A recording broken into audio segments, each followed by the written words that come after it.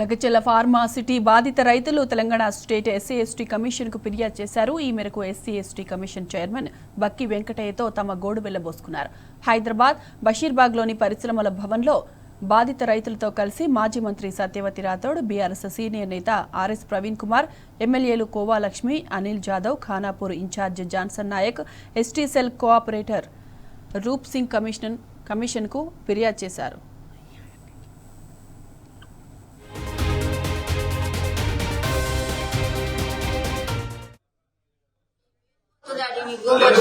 ధర్నా చేసినాం.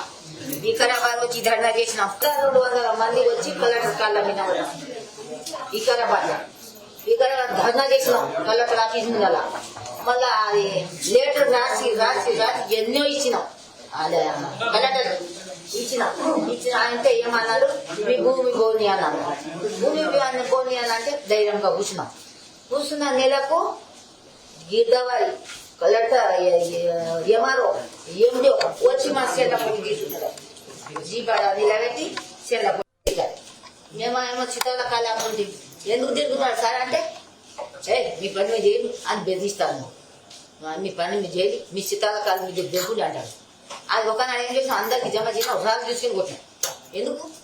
ఎందుకు వచ్చి మా భూమిలో తిరుగుతున్నాడు నువ్వు అంటే దిక్కపోయి. ఇంకో నాడు ఎట్లయినా వచ్చిండ్రు. ఆ రోజు విషయాలు కూడా తీసుకొని కొట్టి ఆ రోజు దిక్కపోయిన తర్వాత దేలకాడ మీటింగ్ పెట్టి ఆధార్ కార్డు తీసుకొని మొత్తం రావాలి. లెగచెల్ల మొత్తం తండా ఊరన్నారు. మీటింగ్ పెట్టేటోళ్ళు ఆధార్ కార్డు ఎందుకు తీసుకుని రమ్మంటుండవు మా పిల్లలు. ఆ పిల్లలు ఆధార్ కార్డు తీసుకొని మనం పోకూడని మన ఊళ్ళోనే ఉందామని బోగాని పెట్టినాం. ఇంత అనుకొని దీన్ని ఈయన ధర్నా చేసుకుంటా కూర్చున్నామని మేము చూస్తున్నాం. అంతకు సురేష్ అనేటోడు మీకు సుటేం ఫాయిదా సార్, మీకు మేము పదలమంతా ఊర్లో ఉన్నామా చెప్పిండొచ్చు ఒక మాట. సురేష్ చెప్పిన మాత్రం నువ్వు కలెక్టరే ఉంటుంది, కలెక్టరే ఉంటావు. ఎంత ఒక 10 పోలీసులు ముందర ఒక 10 పోలీసులు మేమైతే చూసినాం. చిన్న పిల్లలు చూసి నువ్వు కలెక్టర్ అని సాదా బట్టలమే వచ్చిండు.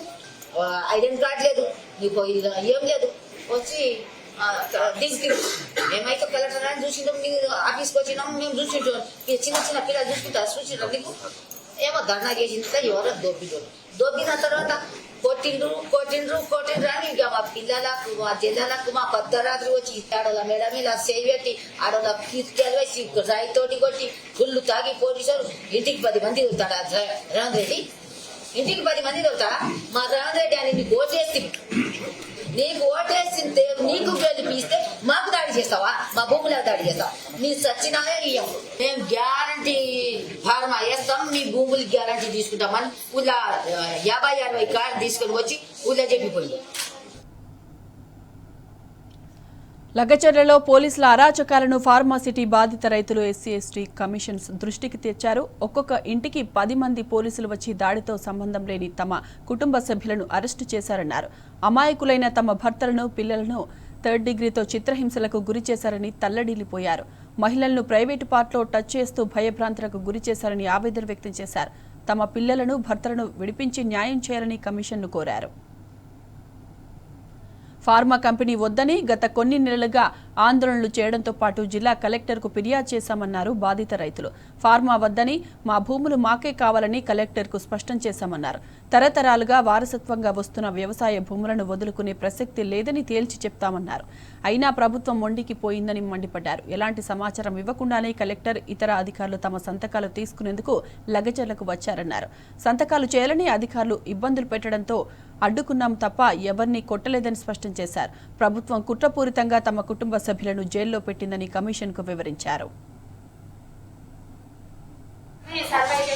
వాళ్ళే చెప్పిండ్రు ఫార్మా ఎందుకు మాకు కాలుష్యం అవుతుంది, ముఖ్యంగా మా భూములు పోతున్నాయి, పట్టా భూములు పోతున్నాయి, ఇల్లు అన్ని పోతున్నాయి. గవర్నమెంట్ ల్యాండ్ లో అంటుండ్రు, గవర్నమెంట్ ఏది లేదు మా దగ్గర, మొత్తం పట్టా భూములే ఉన్నాయి. కలెక్టర్ వస్తే పోలీసులను తీసుకురావాలి, గన్మ్యాన్స్లను తీసుకురావాలి, ఎవరికైనా తీసుకుని అందుబాటులో రావాలి.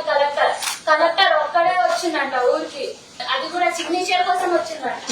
ఎవరికి చెప్పలేదు ఫార్మా వద్దు ఏమొద్దని. మేము కాళ్ళ మీద పడ్డాం కలెక్టర్ కి, మాకు ఫార్మా వద్దు, మా భూములు మాకే కావాలని.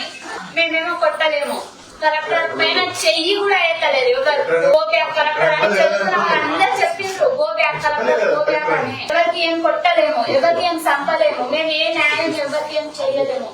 మా భూముల పైన మేము బతుకుతున్నాం. మేము సావడానికైనా సిద్ధంగా ఉన్నాం, కానీ మా భూములు ఎవ్వరికి ఇవ్వం. మా తాత ముత్తాత తాత వాళ్ళు సంపాదించి మాకు ఇచ్చిన భూములు అవి. మేమెందుకు విడిచిపెట్టాలి సార్ భూములు? ఇది న్యాయమేనా? ఈ ప్రభుత్వంలో నిన్న మొన్న వచ్చి మాకు కావాలి మీ భూములు అంటే మేము ఏడుకోవాలి. నా కొడుకు జైల్లో దాడి చేయలేము, కొట్టలేరు. వాహనంగా మేము ఇక్కడ అక్కడ దొబ్బేసినాం. మా పరిస్థితి ఘోరంగా ఉన్నది.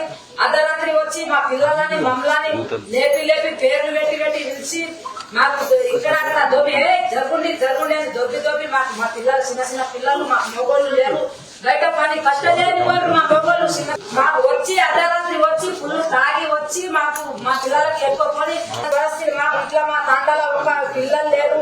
మాకు భయం చెప్పండి సార్, మీరు దయచేసి ఒకసారి మా విలేజ్ కి వచ్చి చూసిపోండి. మీరు దయచేసి మీ కాలేలు పట్టుకుంటాం సార్. మా పరిస్థితి చాలా ఘోరంగా ఉంటుంది సార్. మీరే మాకు ధైర్యం ఇవ్వాలి, మీరే మాకు దయ చేయాలి సార్. మాకు ఎంత పిల్లలు ఎవరో లేరు.